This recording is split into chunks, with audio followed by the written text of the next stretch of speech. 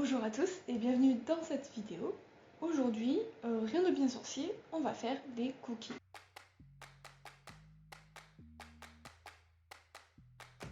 Je vais faire des cookies pour les mettre dans le calendrier de l'avent de mon copain.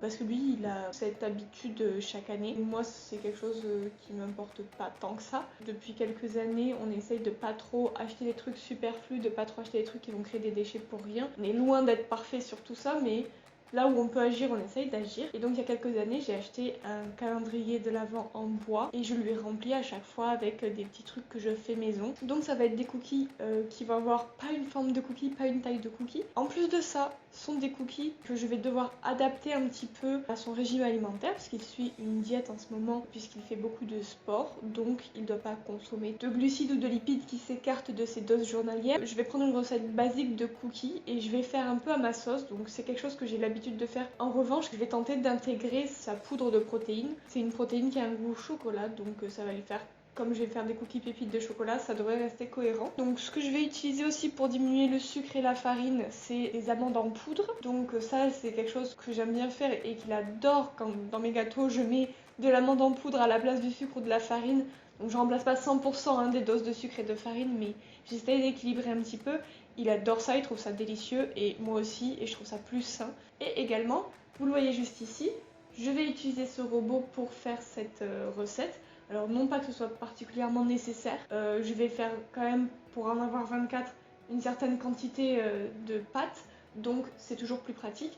Et puis surtout, c'est un robot que je n'ai encore jamais utilisé parce qu'en fait c'est mon cadeau de Noël. Oui, on est au début du mois, Noël c'est à la fin du mois, pourquoi j'ai déjà mon cadeau qui est déballé et qui m'attend là sur ma table? Tout simplement parce qu'en fait on a profité des offres, des promotions du Black Friday, donc c'est un robot que j'ai commandé moi-même pour le choisir et pour avoir le maximum de promotions.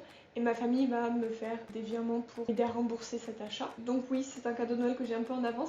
Mais un autre argument pour ma défense, du coup c'est moi qui vais faire le repas de Noël cette année. Je vais pouvoir cuisiner des petits trucs avec ce robot et ma famille, je pense, sera ravie des petites recettes que je leur prépare. Donc voilà, je pense que j'ai abordé tous les points. On va pouvoir clore cette introduction juste ici et commencer la pâtisserie. Donc tout simplement, la recette elle est basique. On a 300 g de farine, 200 g de sucre, 200 g de beurre. Là c'est un truc que j'ai pas dit. Si, 200 g de chocolat pour les pépites des chocolats. Et un petit peu de sucre en poudre et 2 œufs. Moi ce que j'aime bien faire toujours c'est de mettre un petit peu moins de sucre, un petit peu moins de beurre. Tout simplement parce que je trouve que dans les recettes qu'on trouve sur internet en général c'est trop sucré, trop gras. C'est pas nécessaire, je l'adapte à mon goût. Donc mon sucre ici que j'utilise c'est du sucre pur canne, c'est un sucre qui est très sucrant. Même quand je ne mets pas de poudre d'amande dans mes recettes, eh bien je diminue déjà la dose de sucre. Donc les 200 g pour moi pourraient se transformer en 150. Et comme je vais mettre 200 g de poudre d'amande, eh bien ces 150 g de sucre vont se transformer en 50 g de sucre. J'enlèverai également 100 g de farine pour équilibrer un petit peu les proportions. Et donc je vais mettre uniquement 200 g de farine. Donc 200 g de farine, 200 g de poudre d'amande et 50 g de sucre. Je vais d'abord commencer avec le beurre, les œufs et le sucre. Donc le beurre, également 200 g pour cette recette. C'est une tablette de 250 g que j'avais déjà utilisée pour une précédente recette. Je crois que j'ai 175 g à peu près de beurre. Ça va suffire, je ne vais pas en ajouter plus que ça. Ce que je vais faire, c'est que le beurre dans la recette, il doit être ramolli. Ça fait déjà un petit moment que je l'ai sorti du frigo, donc il commence déjà un peu à suinter. Donc ce que je vais faire, c'est que je vais le couper en petits morceaux et les mettre de côté le temps qu'il finisse de bien ramollir tranquillement. Et puis pendant ce temps, je vais préparer les autres ingrédients à mettre dans le saladier avec le beurre, le sucre et les œufs.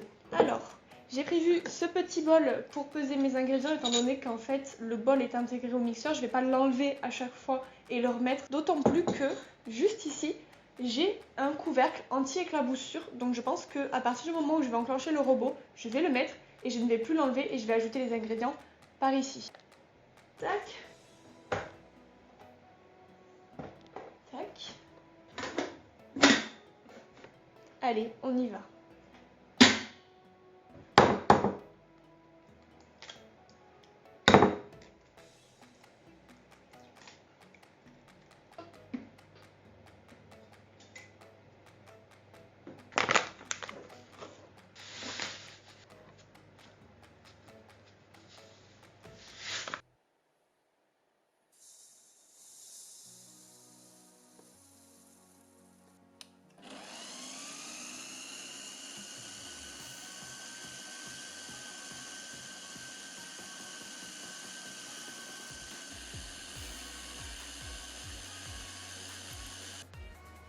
Je vais quand même vérifier où j'en suis en termes de beurre. Je suis à 176 grammes.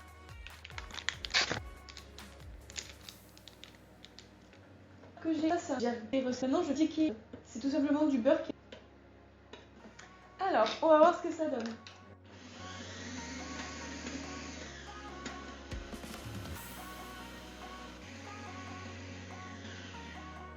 Écoutez, on commence à être pas mal en termes de texture. Je pense que j'ai encore mis un peu trop de beurre parce que je vois les côtés huileux du mélange. Donc je pense que ça va aller avec la farine. Mais voilà, comme quoi diminuer la dose de beurre qui est donnée dans une recette, c'est pas forcément une mauvaise idée. J'ai fini de mélanger mon beurre avec mon sucre et mes œufs. J'ai pesé mes 200 g de farine. J'ai mis dedans la poudre de protéines et la levure pour pouvoir verser toutes les poudres d'un coup. Et je pense qu'en fait je vais commencer par la poudre d'amande.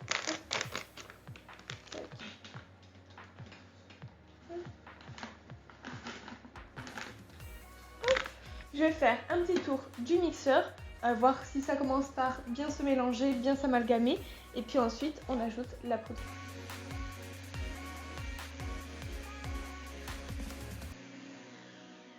Bon, ça se mélange parfaitement. J'adore la texture de la pâte. Là, je vois, franchement, elle est super lisse, pas trop grumeleuse, alors qu'avec la poudre d'amande, ça peut arriver. Donc là, ce que je vais faire, c'est que je vais ajouter cuillère par cuillère la poudre à l'intérieur du mélange, parce que je veux que ça s'incorpore petit à petit. Allez, on y va.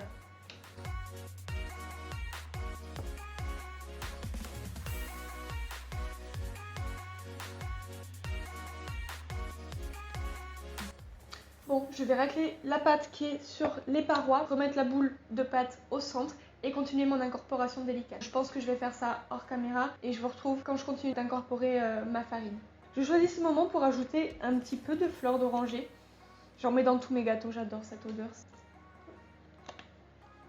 Voilà, je fais un peu au pifomètre, mais c'est comme ça que c'est bon, c'est à l'odeur.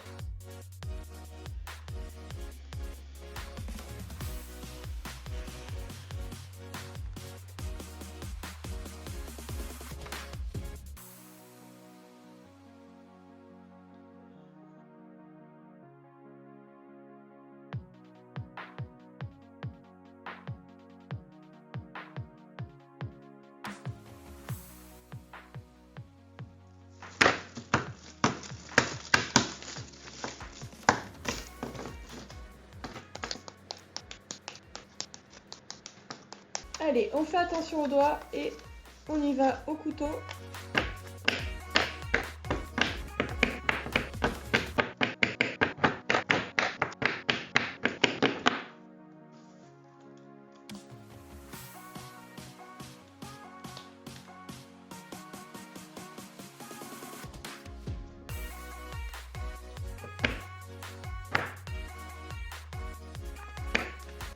En pâtisserie, faut pas avoir peur de se salir les doigts. Moi, je pense que si je fais un gâteau ou une recette où j'ai pas les doigts dégueulasses à la fin, je sais pas ce qui s'est passé, mais j'ai raté un truc. Bon, eh bien, j'ai fait un peu de place sur mon plan de travail et j'ai incorporé les pépites de chocolat dans le robot. Donc maintenant, je pense qu'on en a fini avec la pâte. Il va juste falloir former les petits cookies. Tout simplement, hop, ouvrir ça. Comme ça.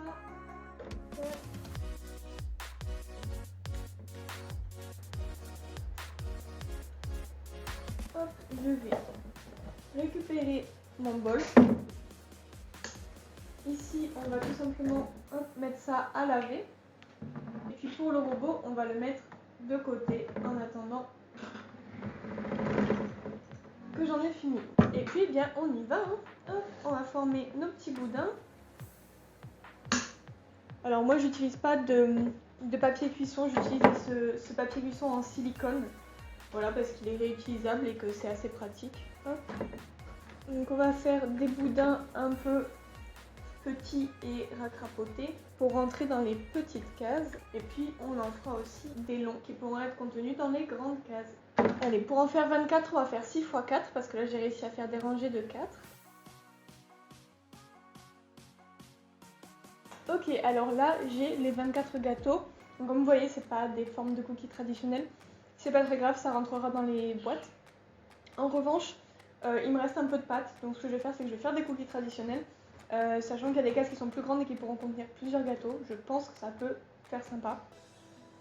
Je vais les mettre au four et puis je reviens vers vous une fois que c'est cuit et que j'ai rangé tout ça pour faire un petit bilan de cette recette. Pour la deuxième fournée, j'ai tenté les boules pour faire des cookies vraiment ronds et j'ai tenté les doigts beaucoup plus fins que les précédents, tout simplement parce que eh bien, la première fournée, elle est ressortie très épaisse. Du coup, certains que j'avais fait trop épais sont ressortis d'une taille où je pense que ça va être difficile de les faire rentrer dans certaines cases, donc j'ai retenté d'en faire des encore plus petits. Donc je vais mettre celle-ci au four.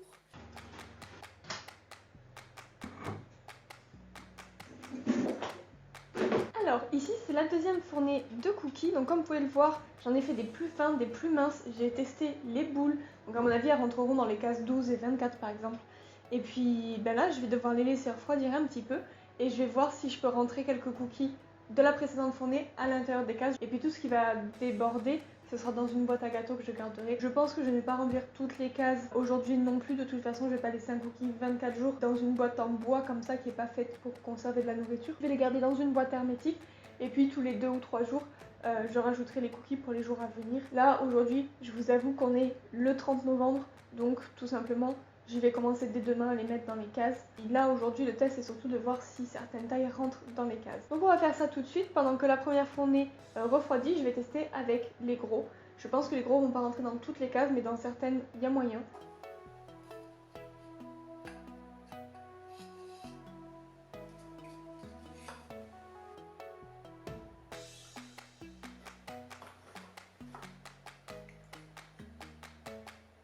Bon, et bien voilà où j'en suis de ma recette. Je laisse encore refroidir un petit peu la deuxième fournée. Les gros cookies, vraiment, ont l'air super appétissants. Je pense qu'ils seront parfaits. Le calendrier, comme je disais, c'est vraiment parce qu'il a l'habitude de faire ça et qu'il apprécie. C'est comme une petite tradition et puis ses parents veulent lui en acheter chaque année. Donc maintenant qu'il a celui-ci, au moins on n'en achète plus chaque année. On se contente de celui-là et de choses faites maison. Donc voilà, moi je suis satisfaite pour faire la conclusion sur cette recette. J'ai vraiment apprécié la prise en main de mon robot et je m'en suis très bien sortie. Donc j'ai hâte de faire d'autres recettes avec. Donc je pense que ces cookies vont me plaire également en termes de goût puisque j'ai mis la poudre d'amande. Et puis tout simplement j'ai hâte qu'ils les goûtent et qu'ils me disent ce qu'ils en pensent. Voilà, ce sera tout pour la vidéo d'aujourd'hui. J'espère que ça vous a donné envie de voir d'autres vidéos à l'avenir avec mon robot parce que j'ai envie de faire d'autres recettes. D'ailleurs, si ça vous a plu, n'hésitez pas à liker la vidéo. Donnez-moi votre avis sur ma recette de cookies si jamais vous la testez. Je vous mettrai tous les détails dans la description. Si jamais vous la modifiez, vous la faites à votre sauce et que c'est délicieux et que vous pensez même que c'est meilleur, n'hésitez pas à partager également. Et puis tout simplement, si vous voulez voir les prochaines vidéos, n'hésitez pas à vous abonner à ma chaîne. Sur ce, moi je vous laisse. Je vais peut-être en goûter un ou deux. Je vous tiendrai au courant s'ils les apprécient. Et puis je vous dis donc à demain pour la prochaine vidéo. Ciao ciao!